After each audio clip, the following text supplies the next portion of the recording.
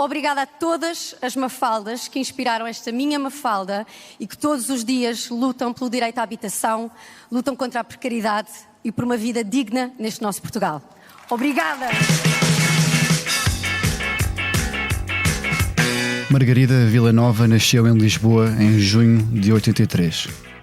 Filha única, de pais ligados à produção na área do audiovisual, é uma das mais talentosas atrizes portuguesas.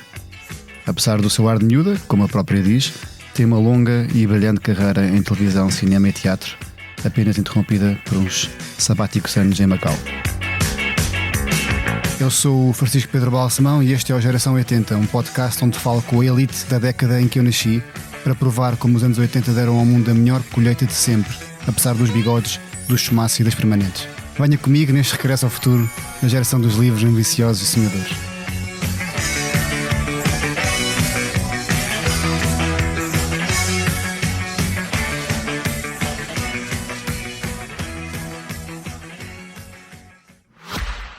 Como caracterizamos uma boa performance?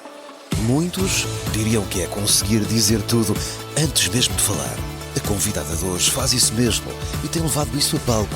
A peça, à primeira vista, esgota salas e deixa plateias sem palavras. E de facto, não há nada como à primeira vista. Por isso convém cuidarmos dela, da vista, digo. Na Optivisão, afinamos o seu olhar para que nada se perca. Nem à primeira, nem à segunda, nem por aí adiante. Marque já o seu exame visual em optivisão.pt. Optivisão, porque não há segundas oportunidades para um grande olhar.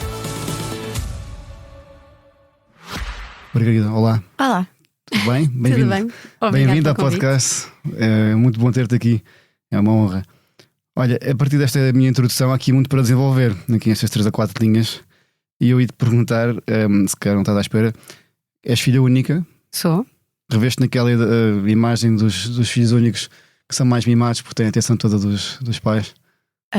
Eu acho que fui muito mimada, mas porque cresci rodeada de muito amor.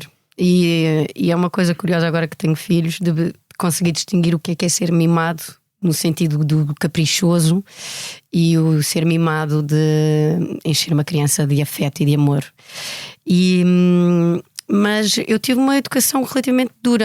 A minha mãe era muito exigente comigo, então eu lembro sempre, acho que a frase que eu mais me lembro de infância é: não é não. E eu a partir dali não argumentava mais.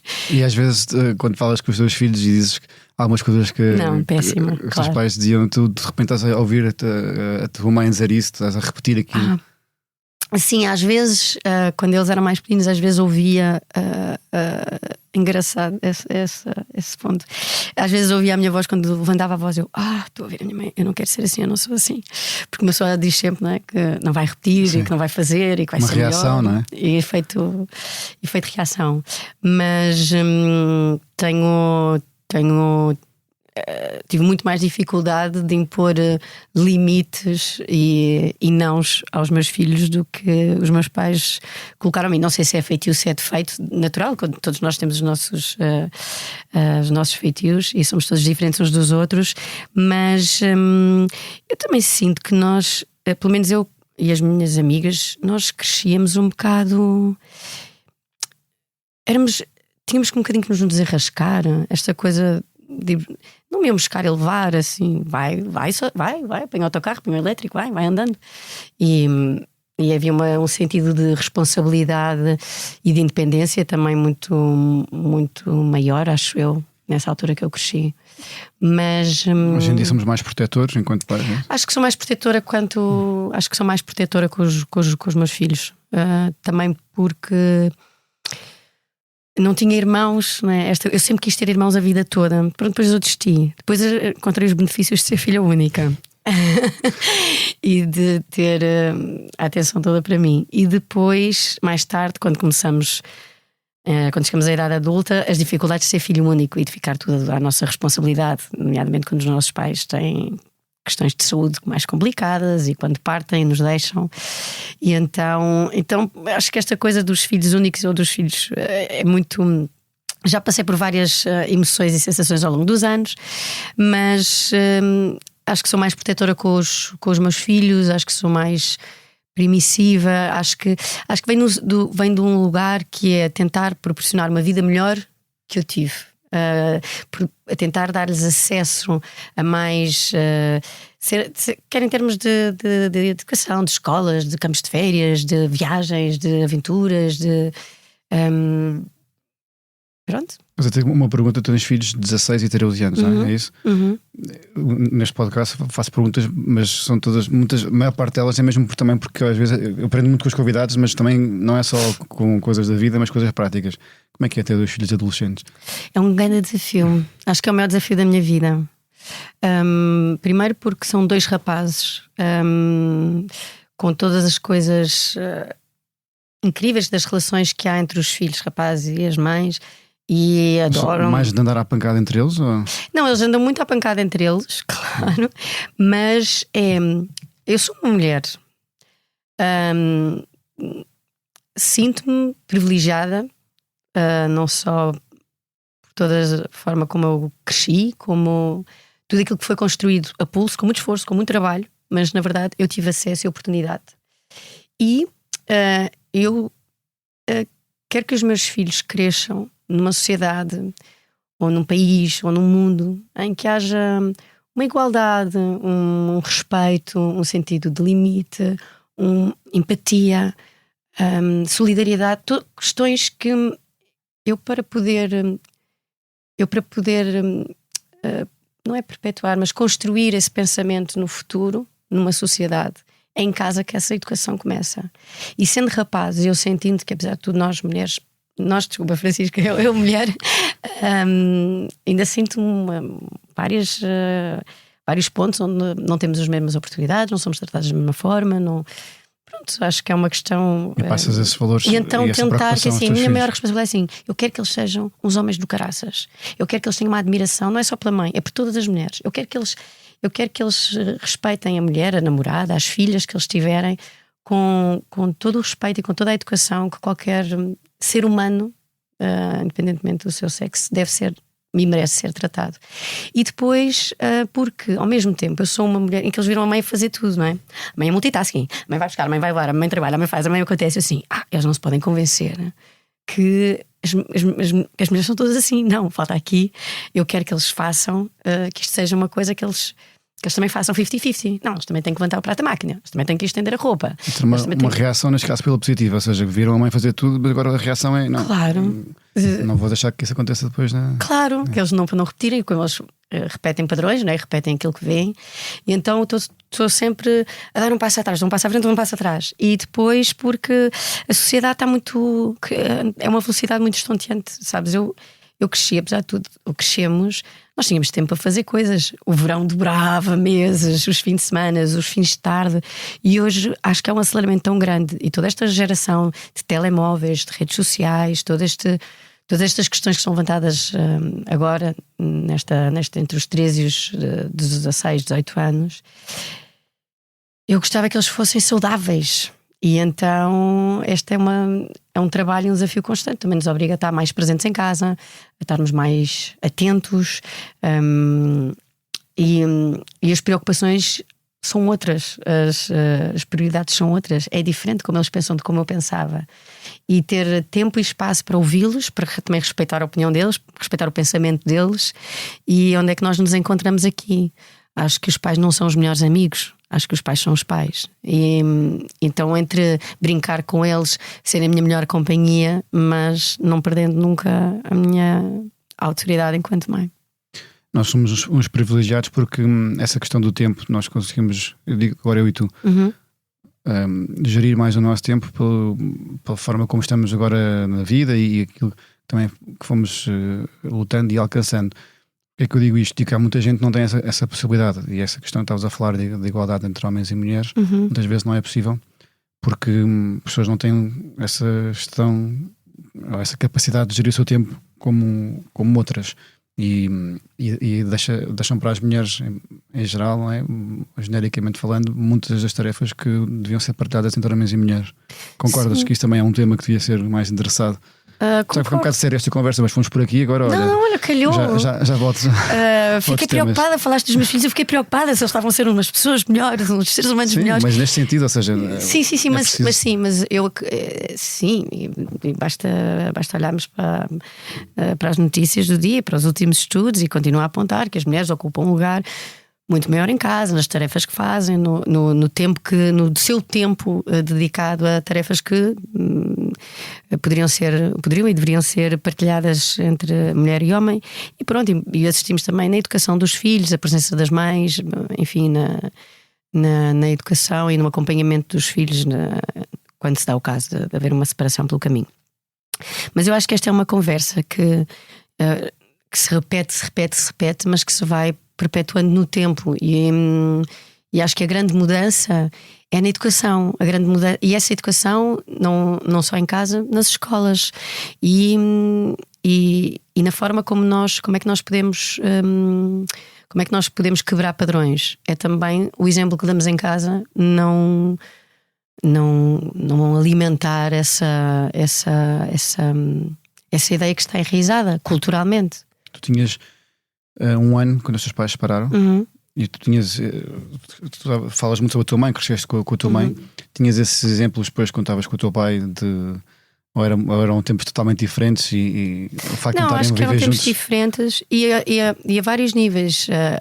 Há discussões que hoje em dia estão na ordem do dia e que não se tinham há 30 anos atrás, e não podemos agora olhar para há 30 anos atrás e condenar, ou culpar, ou apontar o dedo, seja como for. E às vezes perguntam, mas tu cresceste entre adultos, por exemplo, a propósito desta questão de ter crescido no meio de adultos. Sim, não havia babysitter na altura, não tinha uma família de 30 primos onde ficasse em casa de uns e de outros, não tinha uns irmãos mais velhos que tomassem conta de mim, e cresci assim, e também cresci a trabalhar muito cedo.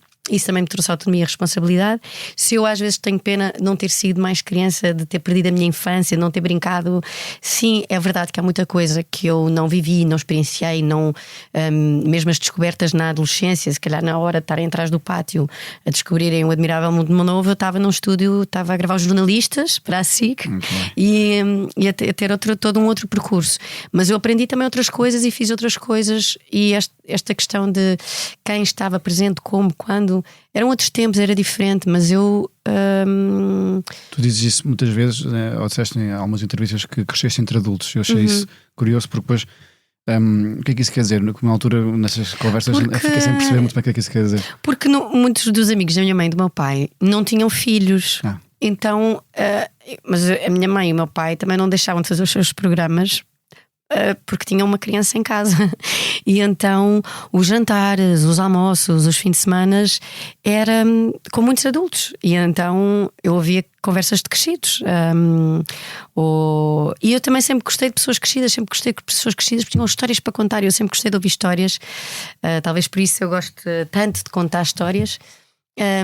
Eu gostava de ouvir histórias, gostava de fazer parte daqueles momentos, aquilo tudo fascinava-me, não no sentido de deslumbrada, uau, mas pelo contrário, porque cresceste habituada a isso, não é? Sim, não te deslumbravas facilmente porque já achavas mais normal. Não, mas as tuas pessoas, os teus amigos da escola, quando andaste na escola, até que idade? Até 12º ano. E tinhas colegas, tinhas pessoas com quem estavas. Sim, mas eu tinha sim. Mas essas pessoas, depois, vocês falavam sobre o vosso dia a dia, o vosso fim de semana, as vossas férias, e as tuas eram bastante diferentes dos teus amigos em geral. Sim. Como é que tu relativizavas isso? Eu acho que sempre soube, sabes? Eu acho que tenho alguma. Acho que sou muito diplomata. E eu sempre me soube.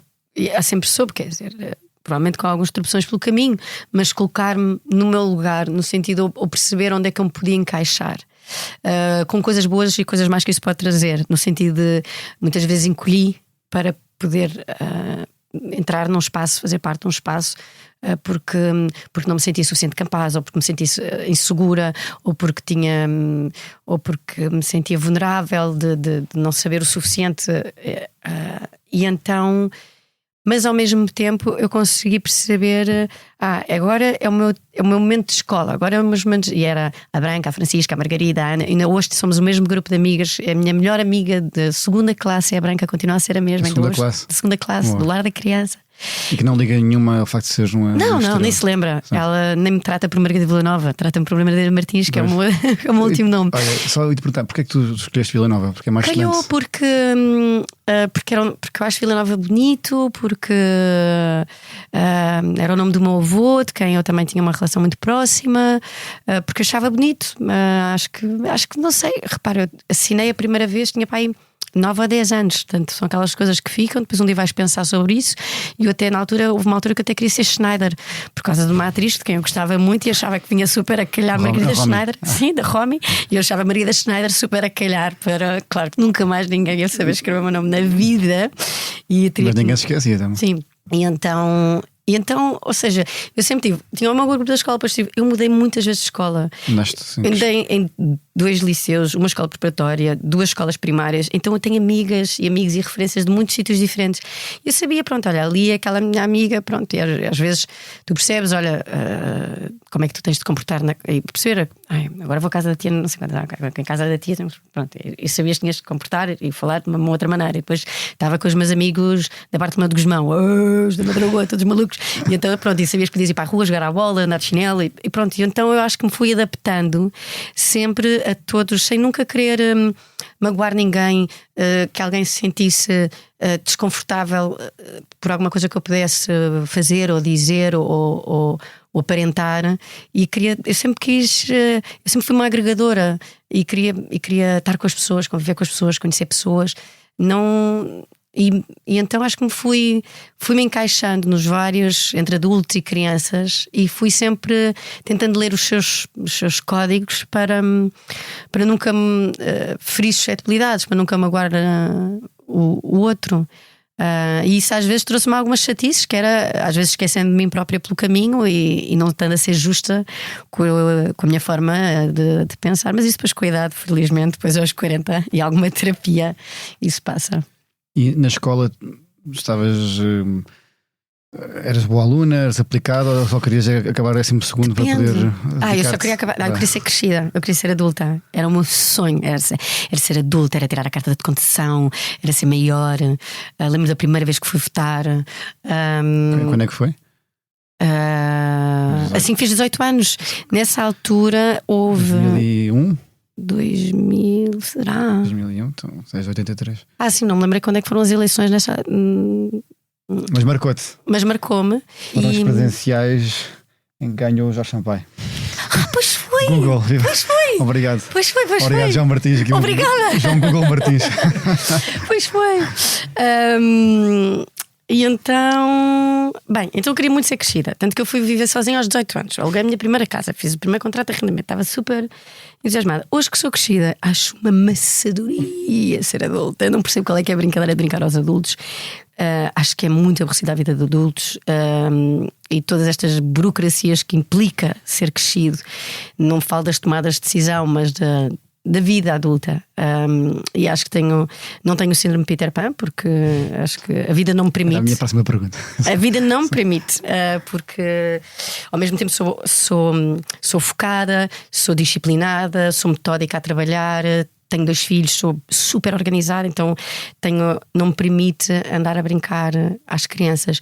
Mas eu não me consigo sentir crescida naquele sentido de me levar a sério, de levar a vida muito a sério. Acho que as pessoas que depois se levam muito a sério ficam muito aborrecidas, muito chatas. Se eu for ficar zangada, ou se eu me levar muito a sério, começo a levar as coisas muito a sério, começo a ficar zangada ou amargurada ou rancorosa com algumas coisas que eu não achei tão corretas. Como é que tu fazes? Relativizas para não te levar a sério?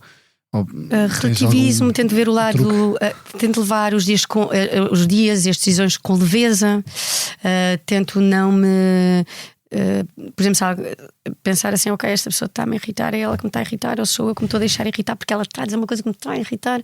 Ok, não dar demasiada importância a situações ou pessoas ou coisas que não me vão acrescentar ou que não vão acrescentar na vida, que eu não vou crescer com elas, e tentar aceitar estas dores de crescimento, porque são dores de crescimento. Esta coisa de andarmos aqui estes últimos 7 anos da minha vida foi uma porrada que não dá para acreditar. Eu penso, bom, depois disto também vou para férias, só pode. E então eu acho que o sentido de humor nos pode salvar. e o amor também. E então acho que é um bocadinho sempre com esta premissa entre o humor e o amor, e tentar levar os dias com leveza e não. E que estas dores de crescimento, estes desafios, estes lutos, estas perdas, quer sejam amorosas, quer sejam profissionais, quer sejam familiares, quer sejam ok, isto é o caminho, dá-se bem. Não tomar estas dores por não tentaram carregá-las e não levar nada como garantido. Eu acho que eu já tive na minha alturas em que estava na moda de cima, na moda de baixo, já fui protagonista de novela, já tive contratos com exclusividade, já deixei de ter, já ganhei muito, já ganhei pouco, Então acho que também este carrossel da vida também já me mostrou que isto tudo da vida é um sopro, isto é tudo muito efêmero, e se andámos aqui muito angustiados já vivi muito angustiada e muito preocupada com o que os outros pensavam, ou de provar aos outros. Depois percebi que não estava tão preocupada em provar aos outros, mas a mim própria, porque era tão insegura e tão assim, não, eu só tenho que viver, caramba, calma, relaxa. E então é isso, é tentar aproveitar cada dia, aproveitar cada coisa. Claro que me chateio, claro que choro, claro que me irrito, claro que perco o controle muitas vezes, mas isso faz parte do dia a dia. Somos seres humanos. Faz-te humana, não é? É isso mesmo. Faz de mim uma pessoa, uma pessoinha, uma pessoa grande. Passaste por muito, como tu dizias, nos últimos tempos, e realmente é importante ver alguém como tu. Obviamente que agora dizes o que quiseres e respondes a não esta pergunta, mas a verdade é que passaste por muitos, e o que é que pode dizer a alguém que pode olhar para ti como uma referência, uma inspiração para nestas situações que passaste de perda que passaste agora? Olha, o que te posso dizer é que tudo passa, e tudo passa mesmo. É incrível. Houve momentos que eu só pensava assim, mas como assim? Mas porquê que isto não está com umas... Este desafio é maior que eu. Isto é maior que eu. Isto não é ultrapassável. Isto não é fazível. Isto humanamente não é... não dá para esticar mais. Eu não consigo mais. Não tenho mais... Não sou um polvo, não tenho tentáculos, eu não consigo ir a todas. E de repente, quando o tempo vai passando e tu vais digerindo e vais resolvendo e vais check feito. E vais fazendo e de repente tudo passa. E tu olhas para trás assim... Uau! Isto ia para melhorar, isto fica melhor. Claro que não pode não estar melhor a todos os níveis e em todas as frentes, mas passa. E às vezes nós também, estavas a dizer, és uma referência. Às vezes tenho medo quando dizem, tu és um exemplo, tu és uma referência, ou tu queres dar uma opinião. Eu tenho sempre muito medo porque eu acho que não é pela responsabilidade, também pela responsabilidade, porque eu acho que quando subimos para cima de um palco para dizer qualquer coisa, quando estamos a desempenhar uma personagem atrás de um filme, de uma novela, de uma série, do que for, nós estamos a chegar a alguém e estamos a comunicar a alguém alguma coisa. E então sim, há que ter atenção naquilo que está a ser comunicado e partilhado. Mas no dia a dia eu não quero ser essa referência, porque muitas das coisas que são partilhadas, ou das entrevistas que vemos, ou das coisas, não sabem da missa metade que se passa lá em casa, sabes? E então eu não sei se fiz as coisas certas. Eu fiz a forma certa que eu encontrei na minha vida. Eu fiz aquilo que eu fui a minha melhor versão dentro das dificuldades que eu tive. Claro que eu hoje faria de uma maneira diferente, amanhã faria de outra, e olhando para trás não mudaria nada, porque eu sou a pessoa que sou hoje porque passei aquilo tudo. Eu não seria... Às vezes falam, mas foste para Macau? Vê tu, como é que me passou tal coisa pela cabeça? Mas na verdade, eu acho que hoje em dia sou melhor mãe, melhor atriz, melhor filha. Eu tenho mais mundo, mais... Até Excel, que eu detestava Excel, eu aprendi a fazer na vida. Eu sei sobre de importação e exportação. Se quiseres falar comigo sobre taxas alfandegárias, já vou falar contigo sobre isso. E então, sabes, acho que a maior parte dos ouvintes não está a par dessa tua faceta. Pronto, mas são isso. Acho que a vida é feita de desafios. Agora, uma coisa digo, tudo passa. E a vida não é um conto de fadas. A vida é difícil, sim, é um desafio. Mas cabe-nos a nós tornar os nossos dias mais bonitos, mais leves. Há bocado falavas no polvo. Eu uso muito esse exemplo com os meus filhos, que eles acham que eu sou um polvo. Temos de fazer tudo ao mesmo tempo. Mas quando tu eras mais nova, quando começaste, estavas a dizer que foi muito cedo, começaste também a parte da representação. Sentias já que conseguias, que estavas a dar conta do recado, ou portanto tinhas aulas, depois já estavas, eu não sei quando é que começaste a apresentar, mas aquilo que eu fui vendo no Google, na Wikipédia, foi desde o Filipe à Féria, tiveste, sim, mas nova. antes disso também tiveste o Clube Amigos Disney. Sim, não, e passei num telefilme francês, tinha pai 6, depois, não é? mas foram assim participações muito pontuais. Acho que a primeira série, elenco fixo, onde estive foi Jornalistas. Com 15 anos?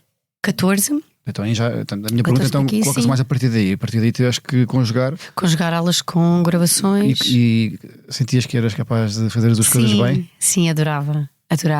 Eu lembro-me do telefonema de me ligarem ainda hoje, de que eu tinha ficado no casting, não adorava. E os fins de semana e há bocado perguntaste-me se eu era boa aluna. Eu era assim na medida que, como eu queria ganhar e conquistar a minha independência, qual é que era a minha taxa de esforço, qual é que era a minha taxa de esforço que eu tinha que fazer para poder alcançar. E havia coisas que eu era competente, história, geografia, filosofia, porque gosto de pensar e gosto de saber e sou curiosa. Havia outras mais chatas, as matemáticas, físico-químicas da vida, ciências aborrecidas, mas fazia os mínimos, não mais do que os mínimos olímpicos, mas cumpria com as metas para conseguir ganhar essa tal independência. E com a agravante, entre aspas, de estar a gravar séries e tal, não podia, porque o meu pai também dizia, não. Se fores comprometer a escola, não podes. Então, mais uma razão para ter que estudar, para poder ter as notas, para poder passar e para justificar. Então, sim, organizava, levava os textos aos fins de semana, sublinhava, fazia o subtexto, adorava aquelas coisas todas. Comecei depois a fazer o curso de técnicas de TV e cinema. Ainda estava no liceu, estava no Pedro Nunes nessa altura, tinha saído do Passos Manuel, andei a saltitar em liceus e então fiz 2 anos de técnicas de TV e cinema. Foi na altura que conheci a Inês Castelo Branco, toda uma outra geração também de 80 e que começámos juntas. Então tinha aulas à noite, e então que era às terças e às quintas, se não me engano. Então tudo isto obrigava a um rigor, a uma disciplina que na altura achava que... Aliás, porque nós na altura achamos que somos capazes de tudo, não é? Essa acho que é a grande cena, que eu aos 20 tu tens vontade de correr a maratona e eu agora aos 40 tipo eu já não sei se quero correr tanto, já só quero ser feliz, eu já não quero... Tu dizes isso, também disseste isso há pouco tempo numa entrevista e eu fiquei a pensar... O quê? Fiquei a pensar que realmente tu fazes tanta coisa e não queres correr tanto, mas corres muito. Eu corri, mas não estou a dizer isto. Se alguém do meu conhecido me tiver, alguém conhecido que esteja a ouvir, vai se rir. Eu passo o dia a correr. Eu passo o dia a correr. Não queres, mas corres muito. Eu não sei, mas sabes qual é o problema? Por isso é que eu não gosto. Eu tenho este problema de ser adulta, que é quando é que isto fica fácil? Eu passo o tempo todo a perguntar, mas quando é que isto fica fácil? Quando é que chega a... Porque eu achava que era aos 30. Aos 30, bem, quando eu chegar aos 30 e depois aos 30 não vem nem. Pronto, ok, estás bem, mas financeiramente não estás onde achavas que ias estar, ou profissionalmente e não estás reconhecido no sítio onde achavas ou gostarias ou tinhas ambição de estar, ou profissionalmente não sei o quê, ou ainda tens tudo aquilo para fazer que não fizeste, ou os teus filhos não sei o quê, ou o teu casamento não sei quando, e de repente tem tantas coisas assim, isto não é aos 30, afinal aos 40, dá bem, então peraí, já te espera. Chegas aos 40, tipo já fiz a meia maratona, então assim, mas tu aos 40, mas quando é que isto fica fácil? Não, agora ainda tens que, e tu assim, mas é que é aos 50, é que eu nunca percebo quando é que a vida fica fácil, porque não fica, vai complicando, nem percebes como. Tu até queres facilitar a tua vida, até queres tornar aquela coisa simples, mas quando eram pequeninos é porque os filhos eram pequeninos, agora são adolescentes, tens os problemas dos adolescentes, depois agora quando não sei o que chegar à fase adulta, entretanto tu, pronto, já fizeste um casamento, já tiveste um segundo relacionamento, assim, então mas eu quero isto para a minha vida, eu já não quero mais, não, melhor é estar quieta, sossegada. Depois já só quero assim, dei-me só um fim de semana com as minhas amigas, que está ótimo, nós rimos, fazemos a festa, fazemos terapia umas às outras e não, mas espera aí, mas eu gosto de trabalhar. Não, agora quero uma pausa sabática. Não, mas eu tenho falta de trabalho. Então eu passo o tempo nisto. Claro que eu sou um bocado acelerada, como vocês podem ver. Vou tentar. Imagina se gostasses de correr, hein? Se não corresses. Não, mas a questão é, eu acho que tem uma coisa a ver com recomeços, que às vezes, por exemplo, eu fui para Macau. Eu, a certa altura na minha vida, tinha 28 anos, estava grávida do meu segundo filho, do Dinis. O meu filho nasceu lá, abri uma mercearia portuguesa, produtos tradicionais portugueses vendidos em Macau. Queria ter ali uma pausa na vida, já tinha feito a rica, a pobre, a boa, a má, a vilã, a heroína. Achava que estava esgotada profissionalmente, tinha afunilado a minha carreira, que estava muito ligada à televisão e queria diversificar, queria ir para o cinema e para o teatro, queria viajar, mostrar o mundo aos meus filhos, ser mãe, ter tempo para ler, para ver filmes. Mas Margarida, desculpa, mas isso foi, agora estás a falar por Macau, foi uma eu já te ouvi dizer que foi pronto, mudar um bocado a vida, mas também foi um bocado desiludida com o que se passava aqui. Sim. Foi isso? E eu estava um bocado desiludida Uma reação mais uma vez. Uma reação mais uma vez. Até porque no outro dia estava a ouvir uma entrevista tua e a propósito da geração de 80. E eu estava a pensar, a nossa geração, apesar de tudo, é uma sobrevivente. Eu já não me lembro quantas crises é que eu já passei. Primeiro era 2011, depois era 2018, depois era 2000 e coisa. Agora estamos prestes a uma guerra. Eu penso assim, mas quando é que isto fica fácil para a minha geração? Não é? Eu às vezes somos assim, sinto-me assim um bocadinho órfã no meio disto tudo. Não sinto-me um bocadinho outsider. Nem sou daqui, nem sou dali. Não pertenço a um grupo. E então eu estava muito desiludida na altura. Olha, lembro-me na altura nós passou a Secretaria de Estado da Cultura. Na altura houve 30% nos cortes no teatro, passou tudo a fazer monólogos e peças para 2. No cinema os subsídios ficaram congelados, ninguém filmava. Na televisão começam os cortes dos contratos. Mas olha, felizmente foi na altura que a TVI cortou comigo e depois eu fui parar à SIC, então teve coisas boas. É assim que te foi buscar a Macau. É verdade, e assim que foi-me buscar a Macau e não foi nada mal, fizemos um Mar Salgado. Que foi um sucesso estrondoso. Então, estás a ver, as coisas não acontecem por acaso, é preciso. E aqui estamos. E aqui estamos nós. Então, mas estava desiludida. Só que aos 28 anos tu ainda tens coragem, vontade, e há uma coisa que é maior que tu, ok, vou começar, vou fazer outra vez. Mas porquê Macau, em primeiro lugar? Exato, eu também. Podia ser mais perto. Podia ser mais perto, podia ser Espanha ou. Não sei, ó. Não, mas o meu ex-marido tinha relações com Macau na altura, e porque eu adorava a Ásia, viajar na Ásia, achei que era um sítio muito. E queria viajar, correr o mundo, conhecer outras culturas, outros países, outras maneiras de pensar. Eu acho que quando nós viajamos percebemos que somos uma migalha neste mundo, e quando nós viajamos e vemos de facto. E não é viajar e ir aquele lado, quando vais lá para longe, assim, uau! Isto é tão grande, isto é tão grande. E então isso dá-te vontade de continuar a viajar e de conhecer outras coisas. E a tua intenção quando foste era mesmo de fazer uma pausa, ou disseste, não, eu se calhar já não volto a ser atriz? Eu acho que foi entre uma coisa e outra. Eu acho que foi entre fazer uma pausa e de repente, à medida que o tempo foi passando e eu não senti que as coisas ficassem nem diferentes, nem comigo, nem comigo no meu processo interior, nem no mercado em Portugal, eu se calhar não volto. E eu lembro-me quando me ligaram da SIC, eu disse: não, já passaram 3 anos, eu agora já abri a segunda loja, eu agora já não volto. Mas tu tens que ver. Eu tenho que ver, não, eu agora já não vou. E eu acho que quando tu aprendes onde é que são os teus limites, e quando tu aprendes a dizer um não, e quando tu percebes como é que tu queres estar, ou como é que tu poderia, é que a coisa de facto dá a volta e tu. Eu venho com um novo fôlego. Mas eu na altura estava pronta para ficar. Achei que fico aqui, vou viajar, vejo meus filhos crescer. Eu trabalhava muito com o meu marido na altura, realizador, e portanto tínhamos muitos projetos que cresceram em casa, entre um e outro. E portanto ele realizava, eu representava, estava bom, jogávamos em casa. E portanto achava que ficava assim. Claro que ao fim de 3 anos eu confesso que entrei na UD, lembro-me uma das últimas de entrar no piscina e pensar: o que é que eu fui fazer na minha vida? Só consegui ver lá em Macau também continuaste como a representar? Ou? Eu fiz o Hotel Império lá com ele. Foi lá, okay. Foi filmado lá e foi financiado em grande parte lá. Eu fiz a Escama do Dragão, também uma curta-metragem também filmada, nesse caso foi filmada na China, mas também foi lá. E pronto, e foi isso. E depois vim cá na altura. Mas, isso era part-time, porque tu já disseste aqui 2 vezes que vocês tinham uma mercearia portuguesa, não é? Sim, eu tinha um avental, estava lá a servir os clientes. Mas geriam a marca mercearia portuguesa? Sim. Mais do que uma mercearia, é isso? Abri a segunda loja, tínhamos uma loja e depois abrimos uma segunda que era uma flagship, na verdade, da Castelbel. Que depois eu era distribuidora deles lá. E depois. O Café Nicola. E também tive a exclusividade da Nicola e pronto, mas a Castelbel foi assim a grande marca, foi a grande cena, foi incrível. Também tive Klaus Porto, também, enfim, mas tens saudades do Impor Expor e do Excel? Pai-me a trabalhar, eu digo já. Os emolumentos. Eu não foi me perguntar se tinhas saudades. Não, saudades não tenho. Saudades, acho que está feita. É tipo, está feito amor, está já check. Não tenho saudades. Fui no outro dia no outro dia, que por acaso foi há 2 dias, recentemente, a se querer a Macau apresentar o espetáculo à primeira vista. Eu pensei: uau, eu não vou lá há 7 anos, nunca mais regressei. Se calhar para ir fazer este espetáculo. Se calhar voltava e tenho vontade de reencontrar algumas pessoas, de ver como é que param as modas lá. Mas voltar a ser mercearia não tenho saudades. Estar atrás de uma folha de Excel, tenho as melhores memórias de todos da Rosalina. Lembro da minha para Expo, não interessa. Relações que uma pessoa cria, que acho que é o que fica nas nossas vidas. Não são os prémios, não são as listas de Excel, são os fornecedores. São aquela foi a senhora lá de Barcelos a quem eu comprava os galos, é a Rosalina que tratava aqui das minhas coisas em Lisboa. Pronto, são pessoas que ficam e essas memórias estão guardadas. E pronto.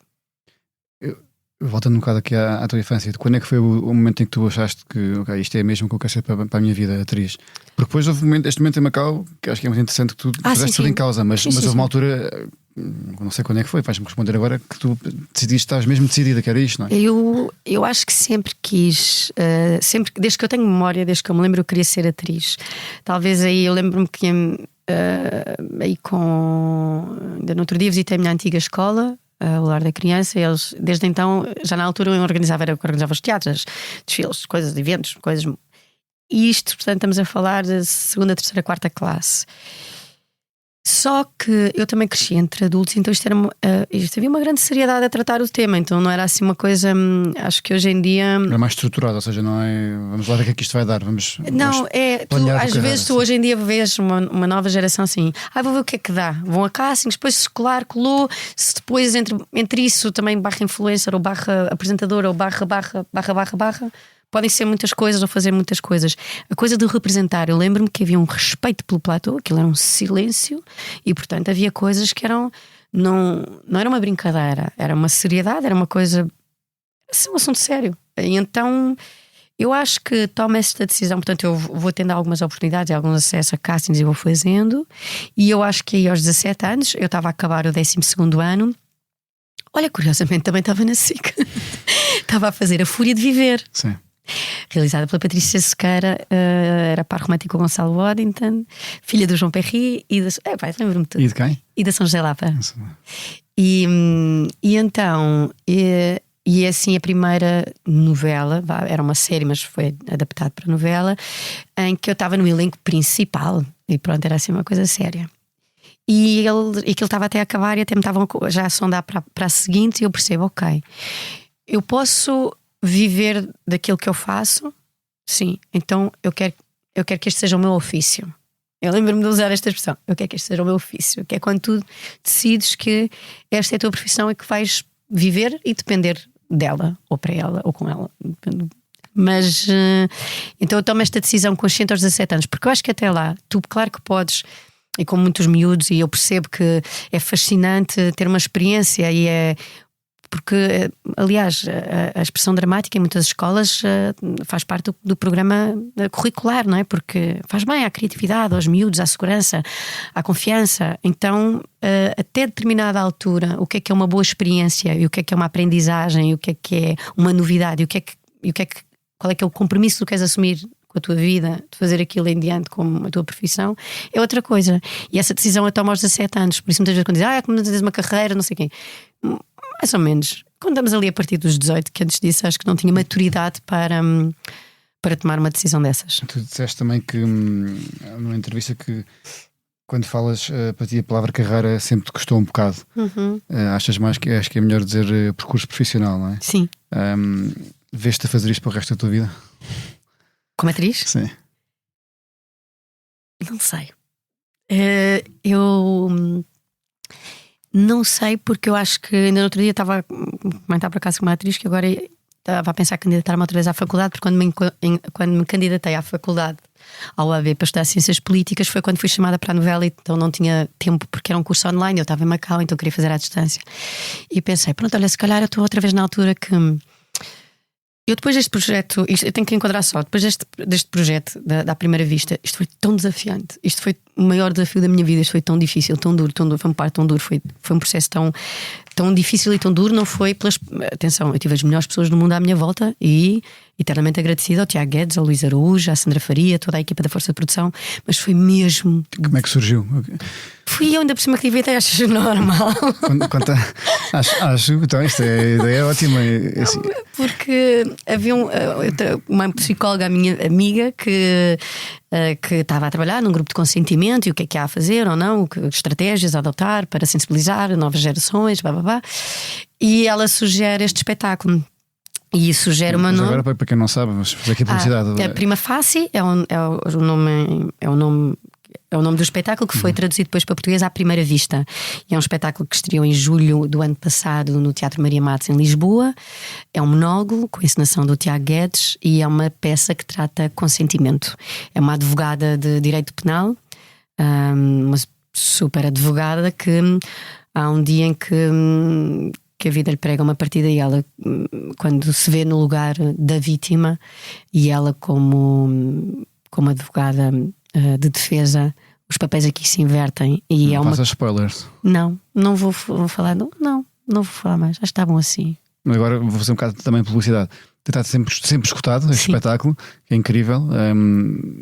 As pessoas, como já disse, que foram ver, minha mãe e minha irmã, e que adoraram. E estás 1h30 em palco e acho que sais lá, acho que estás incrível e me sais completamente escutada, não é? Obrigada. Sim, saio um bocadinho cansada, mas é um espetáculo que eu tenho prazer em fazer.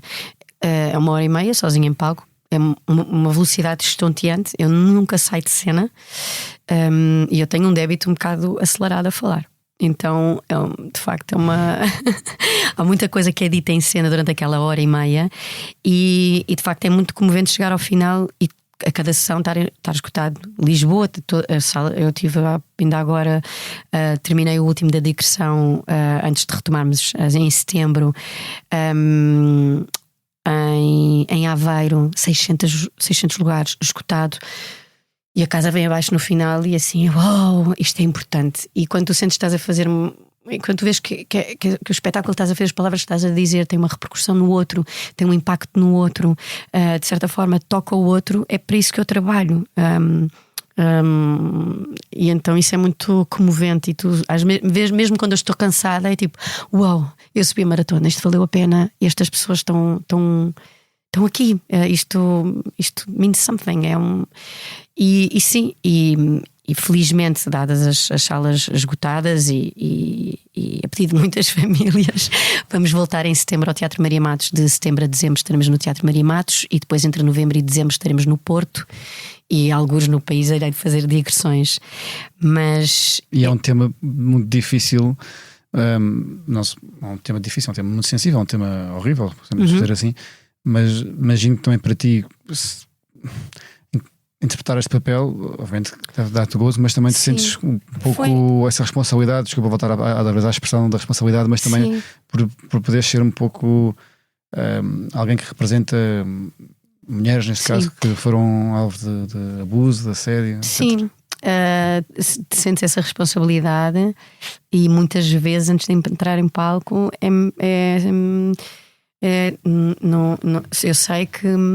eu sei que estão 400 pessoas sentadas lá fora, no caso de Marimá estão 400 sentadas lá fora, e eu sei que 1 em cada 3 mulheres é vítima de violência, quer seja verbal, física, sexual, então qualquer tipo de violência. Então, se eu pensar que 1 em cada 3 mulheres, e se eu pensar que estão 400 pessoas sentadas lá fora, e se eu pensar que menos de 200, das quais 50% são mulheres, e há muitos homens a ver este espetáculo, o que me deixa muitíssimo feliz. Isto não é um espetáculo de mulheres ou para mulheres, é para todos. E eu sei que assim, há uma, pelo menos, a quem estas palavras vão tocar, ou 1 em cada 3. Vamos ser honestos. E então eu sinto essa responsabilidade, e às vezes, mesmo que esteja mais cansado, ou que esteja, nem todos os dias nos apetece ir trabalhar, pronto, por mais que gostes daquilo que faças, às vezes assim, não, faz, isto é por todas elas que estão lá fora, é por todas aquelas que não chegaram a vir ou que não tiveram essa oportunidade. Eu tenho que honrar estas palavras que eu digo em palco, eu tenho que respeitar aquilo que eu estou a fazer, e isso dá-me não só a segurança, a confiança, mas a vontade de subir a palco para fazer aquilo que eu faço. E é comovente chegar ao final. É uma peça para a qual eu tive que me preparar, inclusivamente fisicamente, porque não teria estrutura para aguentar 1h30. E emocionalmente falando, eu sinto ao fim do ano, nós agora vamos parar em julho e retomamos depois em setembro, mas eu sinto agora o meu corpo não percebe que isto é tudo a fingir. Então lá estou cheio de contraturas, pescoço, costas, toda a partida assim. É que o meu corpo não percebe. E eu não recebeu. Não sei quem está a ouvir, mas eu sou pequenina, não sou eu não sou muito grande. Eu tenho 1,60 m, não chego a 50 kg, nem sangue posso dar. Então isto é assim uma tarefa, mas acho que este espetáculo que eu hoje faço é muito engraçado. Não estava a pensar nisso. A maneira como eu faço hoje é muito diferente da forma como eu fiz quando estreiei. O que este espetáculo me ensinou ao longo deste ano deve ter sido, não vou dizer o mais difícil, porque os últimos 7 eu vou meter-os todos num pacote, mas foi muito desafiante. O que é que fazes agora diferente do que compara quando fazias antes? A segurança com que subo para cima do palco. Eu não conseguia ter prazer a fazer o espetáculo. Para mim era tão difícil. Eu sofria todas as vezes que tinha que fazer o espetáculo. Sério? Sofria mesmo. Um estado de nervos. Eu chegava até atrás das 2 da tarde para fazer o espetáculo às 9 da noite. Agora já consigo chegar às 4 e acho que já consigo começar a chegar às 5. Já só seja 4 horas. O que é que faz essas 4 horas que antes eram 7? Porque era todo um estado de espírito, porque eu não queria.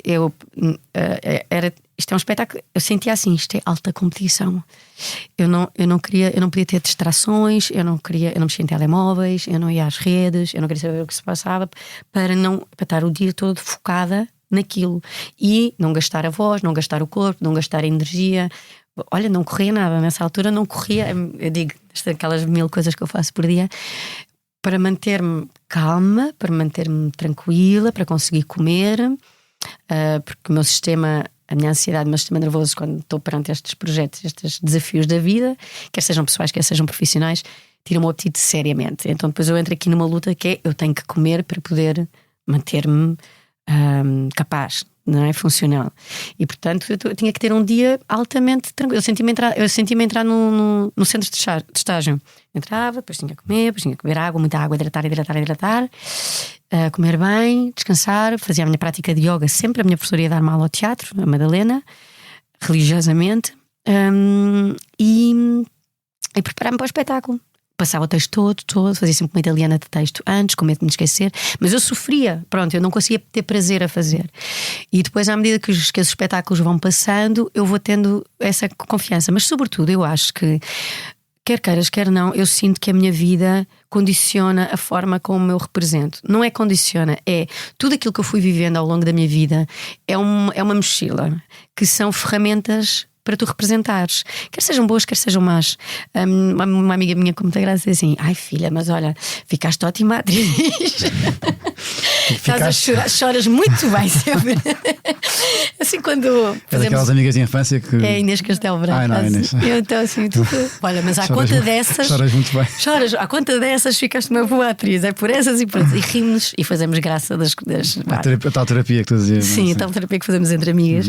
Mas eu acho que estas coisas menos felizes que nos vão acontecendo na vida, ou estes desafios maiores, ou as coisas melhores, são a nossa mochila e a nossa bagagem emocional. E queiras ou não queiras, isso condiciona a forma como eu interpreto este personagem. Com 42 anos é diferente quando eu tiver 44 ou se eu tivesse 35. A minha bagagem emocional aos 35, a forma como eu ia abordar o meu ponto de vista sobre o texto, a minha abordagem sobre o texto, a forma como eu vejo aquela mulher, a forma como eu interpreto, como eu agarro, como eu ando, isto tudo aos 35 é uma coisa, aos 40 é outra e aos 50 há de ser outra. E isso em todos os personagens que eu fiz, quer seja o Mar Salgado, quer seja o Sul, Teresa e a Correia, Matilha, sim, todos eles. E o clube? Sim, o clube. Olha, adoro fazer o clube. A Vera. Oh pai, como me divirto a fazer aquilo. A Vera Leão. Este é o papel da tua vida? Esta é a primeira vista? Olha, eu acho que pelo menos até à data é o papel da minha vida. E acho que como este é só de 10 em 10 anos lá, quando surgem. Então acho que... E depois deste fica assim um grande vazio. E o que é que vou fazer a seguir? Porque se me perguntares agora, eu não sei, porque isto foi tão difícil, tão exigente, que eu não sei assim, o que é que te apetece fazer agora? Não sei, não faço ideia.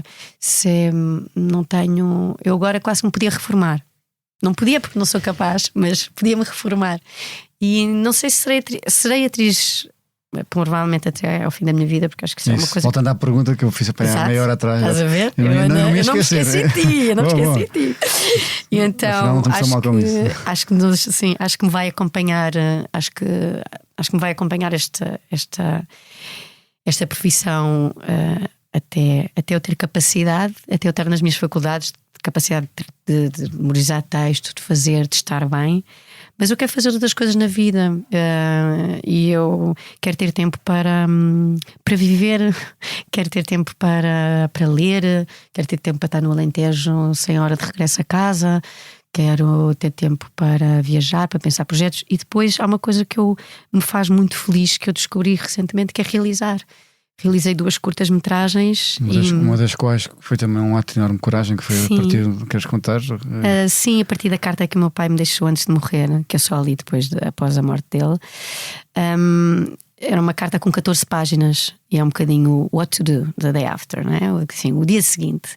E eram 14 páginas, tipo, olha, querida, isto está aqui assim, a conta do banco é esta, das coisas mais práticas. Olha, não te esqueças de cancelar a minha chave do Euromilhões, que eu jogo todas as semanas. A Dona Maria vai jogar por mim, portanto é melhor avisá-la, que senão ela vai continuar a jogar. Pronto, desde umas coisas assim, a sério tudo.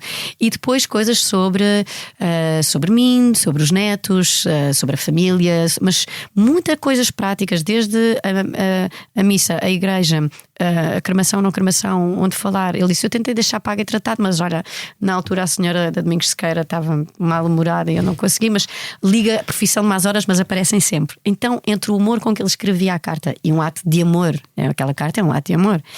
E eu leio a carta assim, e outro comentem comigo: mas isto é uma curta-metragem, não tens noção. Espera, mas antes disso, deve ter tido também, como eu digo, um ato também de coragem de ler a carta em si mesmo. Deve ter sido uma coisa. Não, pois chorava cada vez que lia a carta, não é? Cada parágrafo. Pronto. E depois era engraçado, cada vez que lia a carta, já se passava mais um dia ou menos um dia, e há coisas que nos despertam atenção, há coisas que nós passamos, como um livro, como um romance, não é?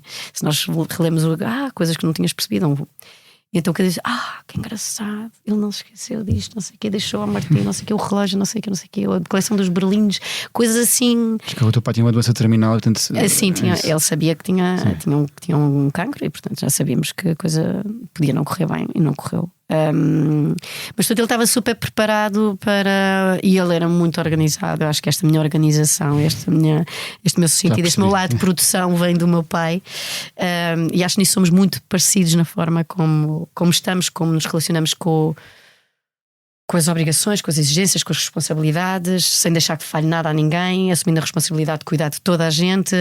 Somos agregadores, então acho que e eu acho que conheço melhor o meu pai hoje do que eu conheci antes dele partir. E é engraçado como tu vais conhecendo o teu pai, pelas coisas que ficam escritas, pelas memórias que tu já tens maturidade. Já passaram 6 anos, mas com a maturidade que vais ganhando ao longo da vida, e como é que tu consegues olhar e descobrir naqueles silêncios as coisas que não foram ditas, ou personalidade, ou traços tão importantes dos teus. Pronto. Enfim, eu depois agarro na carta, tive 2 anos para chegar à ação, mas após 2 anos eu transformo esta carta numa curta-metragem e foi transmitida na RTP, que eu julgo que na RTP Play ainda deve estar disponível. Como é que se chama? P. Durante muito tempo chamou-se as 14 páginas, porque a carta tinha efetivamente 14 páginas, que eu depois tive que cortar mais de metade delas, claro, porque senão ficámos com uma longa. Mas Pedro, porque P é com um acento circunflexo, porque muitas vezes quando eu falava do filme, as 14 páginas era muito grande, e dizia o P, porque não conseguia dizer o pai e ficava esquisito. O Pedro também é um bocado esquisito, então Pedro, como era tratado pela minha avó, pelo meu tio Johnny, pela minha tia Cristina, então portanto era a família, lá em casa era assim, e então ficou o P. Pronto. E eu descobri que sou muito feliz a realizar. Não sei se porque sinto que é verdadeiramente um trabalho de equipa, então cada ideia que eu tenho, eu sinto que todas as áreas, todos os setores acrescentam, e eu não estou a trabalhar sozinha. E eu, como atriz, muitas vezes sinto muito sozinha. Acho que é um trabalho muito solitário. No platô é um trabalho de partilha, de generosidade, de cumplicidade, de bater bola e nos ensaios, mas há um lado que eu acho muito solitário. Eu passo muito tempo a pensar nos personagens. Eu vou muitas vezes para a cama angustiada. Devia ter feito assim. Havia outra forma de fazer. Se eu tivesse feito. Então é muito inquietante. Para mim, ser atriz é muito desconcertante, é muito cansativo.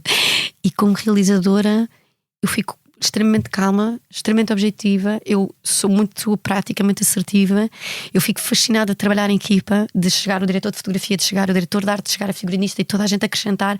E tu vês a ideia a ser uma ideia que passou pela cabeça, tornar-se um objeto coletivo. E eu acho que a longo prazo acho que esse poderá ser mais o meu caminho. E conjugar isso quando sendo atriz de novelas na melhor seção de todas. Sim. Claro, tu hoje em dia já não tens, que é assim, já não tens. Quando foste para Macau também disseste que era também para fugir um bocadinho disto das novelas, e disseste que nessa altura há um estigma, não sei se da tua parte, mas em geral em relação às novelas, hoje em dia há menos esse estigma em geral. É? Eu acho que hoje, bom, então quando eu comecei a fazer novelas era mesmo gritante. Eu nem era convocada para castings de cinema porque me diziam que respondiam-me categoricamente que eu era uma atriz de televisão. Então o meu percurso em televisão, eu não gosto de dizer que anulou, que impossibilitou, porque são escolhas, são caminhos e como te digo, faria tudo igual.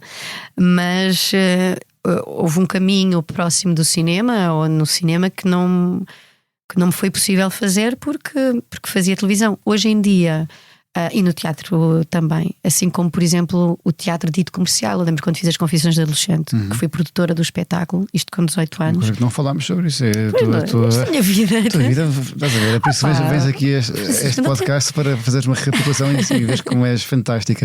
Obrigada. Foste produtora, não foste produtora, tu lançaste a tua própria produtora, empresa de produção. Chamava-se Magníficas Produções. Isso.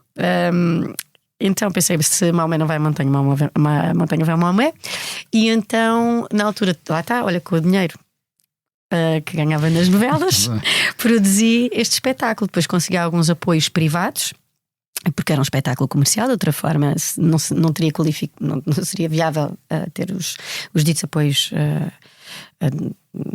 do Estado, né? Os apoios, os subsídios, e então eu fiz esse caminho, mas depois na altura ficou um bocadinho, foi ótimo, aprendi imenso, e se abriu umas portas. Por exemplo, comecei a trabalhar, convidei o António Pires a certa altura para encenar o Por Uma Noite, porque adorava o trabalho dele. Tinha ficado encantada com o Dom Quixote, que tinha visto no Maria Matos, curiosamente, onde estou hoje, com o Miguel Guilherme e o Adriano Luz, e disse: quero trabalhar com o António. E depois, mais tarde, o António convidou-me e fizemos dezenas de espetáculos juntos. Mas assim como trouxe muitas coisas boas, produzir os meus próprios espetáculos, também era visto como: mas isto é teatro comercial, isto não é. E era visto assim com alguma desplicência, com algum desagrado, com alguma discriminação. Miúda, branca, produtora, teatro comercial, telenovelas, aquilo era tudo assim tipo: chute na tola. Isso, durante muitos anos, eu vivi um bocado irritada com esse rótulo. Hoje em dia estou muito apaziguada. Não devo nada a ninguém. Não peço desculpa por existir. Fiz o caminho que me foi possível fazer. Consegues já definir bem. Trabalhei para isso. Já não quero ser produtora porque já não quero pagar para trabalhar. Paguei muito e muitos anos. Portanto, já tive as aprendizagens e o caminho que tinha para fazer. Consegues definir também, antes de começarmos aqui a conversa, estávamos a falar os dois. Já consegues também tu próprio dizer: não, eu vou fazer o espetáculo à segunda e terça-feira para ter mais tempo para as minhas coisas. Acho que foi este espetáculo que me ensinou isso. Eu acho que, aliás, não vou sair de cena enquanto não aprender a palavra limite e não. Limites. Eu acho que esta peça me vem ensinar imenso sobre os limites, sobre o abuso. E o abuso que não estou só a falar, porque nesta peça claramente estamos a falar do abuso sexual, mas o abuso que há nas nossas relações, mesmo nas nossas dinâmicas profissionais. Onde é que tu te colocas? Porquê é que vais dizer que sim? Porquê é que estás sempre disponível para gravar? Porquê é que... não, peraí, tenho 2 filhos, também tenho uma vida, também tenho que... Então este espetáculo foi assim... foi uma grande aprendizagem pessoal e um grande trabalho de... Então hoje eu não sou a mesma. Acho que só saio de cena quando aprender a missa toda, a lição toda. Mas sim, eu hoje tenho outra forma, tento-me colocar em primeiro lugar, tento perceber o que é prioritário na minha vida, o que é que me faz bem, que são coisas que às vezes nos esquecemos. E estou aqui a olhar para a mesa e não vejo nenhum objeto, estou a ficar preocupado. Não, esqueci. Aqui é um objeto. É uma mágica, não, peraí. É um bocado como uma mágica, estou muito curioso. Não, estou a brincar. Então, é um baralho de cartas. Muito bem, primeira vez. Pronto, estás a ver? Sim. É a minha primeira vez. Porquê? Porque eu cresci a jogar cartas, na altura não havia telemóveis. O que é que jogavas? E então jogava crapou com a minha mãe, que é para 2, E eu, pronto, tinha que passar muitas horas com ela. E depois, mais tarde, comecei a jogar canasta com os mais crescidos. E então, e depois na praia, nas férias de Moledo, joguei muito peixinho na praia. Peixinho, claro. E então eu acho que quando me perguntaram os objetos, eu comecei a olhar para a minha casa. Ainda por cima eu tenho mudanças de casa, metade da casa encaixotada. Eu, ai Jesus, agora um objeto. Eu sou péssima para pensar nestas coisas. Eu já mudei de casa tantas vezes. Eu, quando era miúda, dava a média de uma casa por ano. Então a minha mãe era obcecada com mudanças. E então eu não tenho nada. Eu assim, meu Deus, e agora um objeto? E de repente eu olhei para o meu filho Diniz, o mais novo está em casa, eu, cartas, que ainda é uma coisa que eu faço com ele, sobretudo com o mais novo, ainda jogo cartas com ele. Jogas com o teu filho? Jogo com o meu filho Diniz, jogo crapô, justamente. Temos uma mesa de jogo que era a mesa de jogo do meu pai, de cartas, forrada, pronto. Perfeita. Isto é trazido de trazer aqui a mesa dava assim. Um bocadinho mais de trabalho, então trouxe só as cartas. Mas eu acho que são as minhas memórias das férias em Paris com os meus primos, das férias de Moledo, que já adolescente, da minha mãe, mesmo agora dos meus filhos, no Alentejo. Acho que as cartas preencheram muitas conversas, guardam muitos segredos, muitos empates, muitas batotas, muitas vitórias e muitas derrotas, tal qual a vida. E tu ensinas os teus filhos a não serem batuteiros? Sim, batatas não dá. Não dá. Isso e mentiras não dá. Não dá. Uma pessoa tem que ter a coragem de enfrentar a vida com a verdade. Olha, porquê é que esta geração, a nossa de 80, é a melhor de todas? Porque eu acho que somos uns sobreviventes, como eu disse há pouco, porque acho que crescemos num limbo. Porque acho que nos soubemos reinventar a cada crise económica que vimos passar, porque acho que soubemos afirmar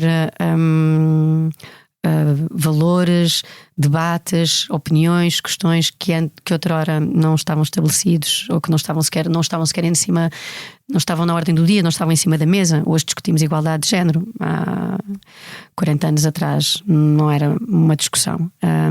E acho que as discussões que nós trouxemos para cima da mesa e a forma como nós soubemos nos reinventar e como nós soubemos cuidar de nós, acho que faz de nós a melhor geração, mas talvez esteja a ser tendenciosa porque é a minha. Mas a ideia é essa. Mas não sou acho uma geração de 90 isto. Eu posso estar a ser.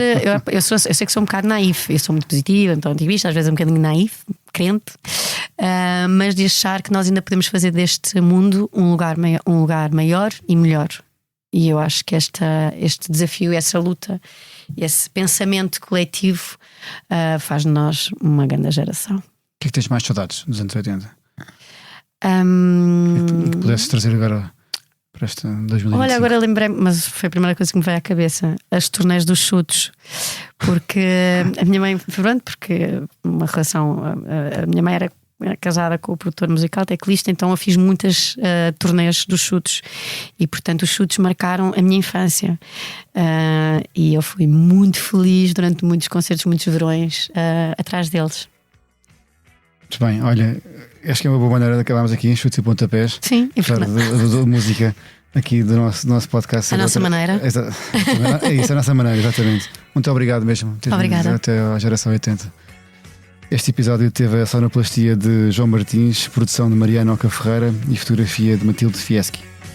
O grafismo da capa é de João Carlos Santos e a edição vídeo de Ana Isabel Pinto, com coordenação de Joana Beleza e direção de Bernardo Ferrão.